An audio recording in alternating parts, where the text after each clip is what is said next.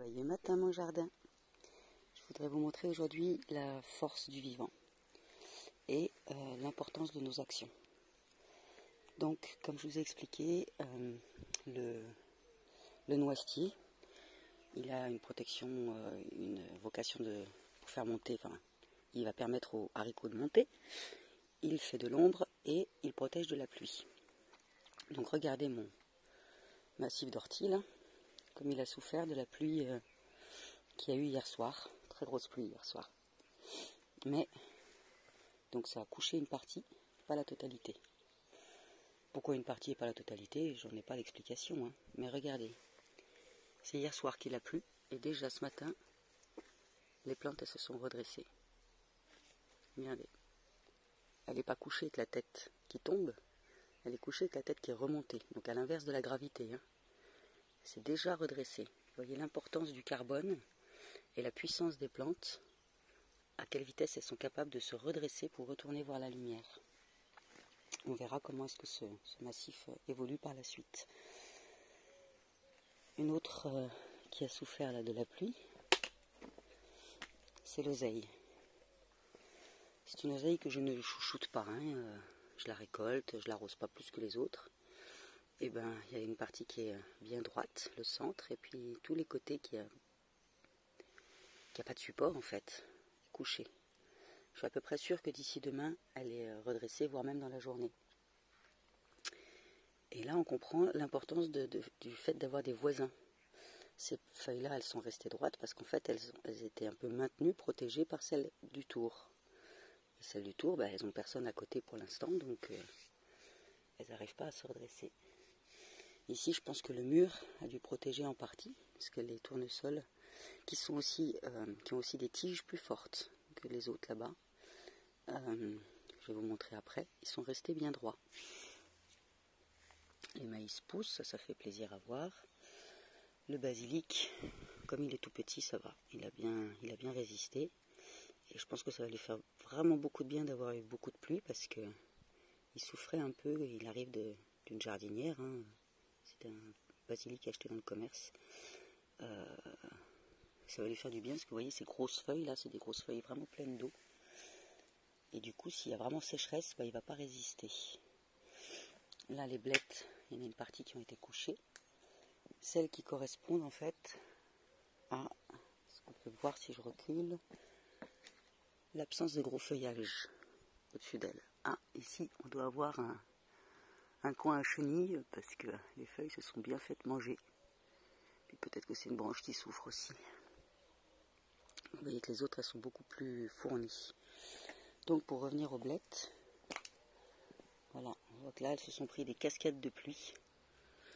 Et là-bas dans le fond, elles ont été protégées par l'arbre au-dessus. Bon, ces cascades de pluie, elles ne sont pas foutues en l'air, hein. Elles vont se redresser. Et ça va les stimuler un peu dans leur croissance.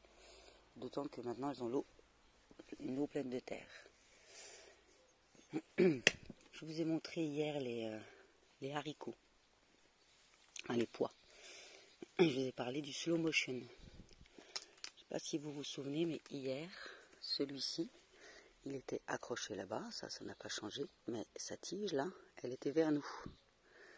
Donc on voit bien à quel point il a pu tourner et à quel point il a compris, il a enregistré le fait que c'était par là-bas. Alors moi je vais l'aider parce que je veux qu'il monte, que c'était par là-bas qu'il allait trouver de quoi s'accrocher. Moi il faut que je lui mette une tige là comme ça pour l'aider. Celui-ci, hier il était de l'autre côté, donc vous voyez vraiment à quel point il peut tourner, faire des tours comme ça, jusqu'à ce qu'il enregistre l'information qu'il y a quelque chose pour s'accrocher. Et là il y a un mécanisme qui se met en place et il va s'enrouler autour. Regardez tout cela, comme ils ont changé de place aussi par rapport à hier. Je les avais placés en fonction de ça. Ils sont partis chercher là-bas et waouh, celui-là il a même déjà réussi à s'accrocher. Ici, je ne sais pas si vous voyez, là. Voilà, entre hier matin et ce matin, il a déjà trouvé le chemin et hop, il s'est accroché et maintenant il va grimper. Donc mon idée de tunnel là pour qu'il monte plus haut, je crois pas que je vais y arriver. Celui-ci, Regardez ça. Il a fait presque un 360. Il a complètement tourné.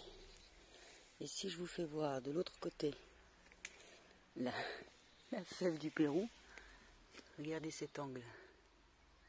C'est incroyable à quel point elle peut tourner. Puis là, la pauvre, elle s'est faite crognoter un bout de sa tige. Là, on voit bien. Et je sais pas comment est-ce qu'elle va s'en sortir. Bah, elle va nous raconter ça. Hein. C'est les jours prochains qui vont nous le dire. Mais c'est incroyable à quel point. Enfin, regardez-moi ce chemin qu'elle a fait. Absolument pas droit. Ces plantes volubiles ne poussent pas tout droit. Elle tourne comme ça pour trouver des supports et pouvoir remonter dessus. Donc là, vous avez pu voir la fonction de l'arbre, en quoi il protège la terre. En fait, il ralentit la chute de la pluie et du coup, bah, les gouttes, elles tombent moins fort directement sur la pluie. Ici, on a les tournesols, ils ont quand même souffert. Hein. Ils ont des tiges plus faibles que les autres. Là, celui-là aussi, il est complètement couché. Et c'est pas forcément celui qui est le plus en souffrance qui sera le moins fort au final. Pareil, hein, c'est le futur qui nous le dira. Là, je sais pas trop ce que c'est. On va pas bien. Et puis, l'autre partie que je voulais vous faire voir, c'est l'importance de nos actes. Et en quoi on peut aider la régénérescence ou au contraire y participer. Là, on n'a pas mis encore de planches. Donc on piétine la terre n'importe comment. Enfin, je veux dire, de manière aléatoire et continue. Il n'y a rien qui pousse. Ici, on a mis les planches. Donc toutes les parties entre les planches, on n'y marche plus. La terre n'est pas tassée. Elle reste meuble. Enfin, meuble. Comment dire, si j'appuie là, il y a de l'élasticité. Si j'appuie là, il y a zéro élasticité. Là, c'est dur. Il n'y a rien qui pousse. Et ce qui va pousser, d'ailleurs, en priorité, c'est ces liserons qui embêtent tant de personnes. Parce que leur job, c'est justement de redonner... Enfin, ils sont capables de pousser dans ces terres hyper tassées.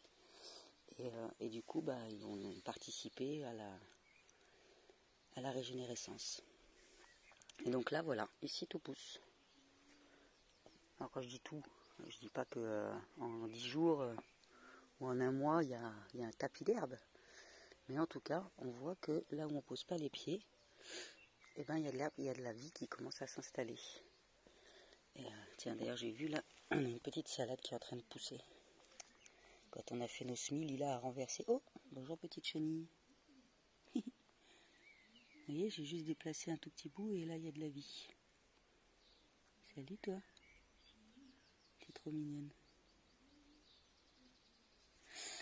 On a renversé des graines à un moment donné. Elle était toute embêtée. Elle me dit, mais c'est pas grave chérie, ça poussera à cet endroit-là. On ramasse ce qu'on peut et puis advienne que pourra. Mais voilà, une petite salade. Là, ça pourrait être des radis. En tout cas, c'est les cotylédons des radis. Là, je sais pas encore. C'est un peu tôt pour la reconnaître. J'ai mis des fraisiers d'ailleurs à cet endroit-là, notamment pour encourager les enfants à pas marcher entre les planches. Les fraisiers, c'est très encourageant pour les enfants. Et vous voyez là, ça pousse entre les planches. La vie reprend, la vie continue quoi. Alors que j'aime bien continuer dans le sens de l'énergie de ce jardin. Je crois qu'il y a vraiment quelque chose qui s'est mis en place parce que pour ma part, je commence à me sentir pas très bien quand je marche dans l'autre sens. Là, voilà, je remonte à nouveau terre à nu, complètement, il n'y a rien qui pousse. Là, on passe sans considération. Et là où la terre est protégée et qu'on ne la piétine pas, ça pousse. Voilà, j'espère que pour vous, c'est une belle illustration et puis que ça va vous inspirer pour pour ne plus piétiner la terre, mais créer des chemins qui permettent juste de poser les pieds à des endroits où c'est confortable pour nous, mais ça permet le respect de la terre en même temps. Donc on peut cohabiter et faire progresser.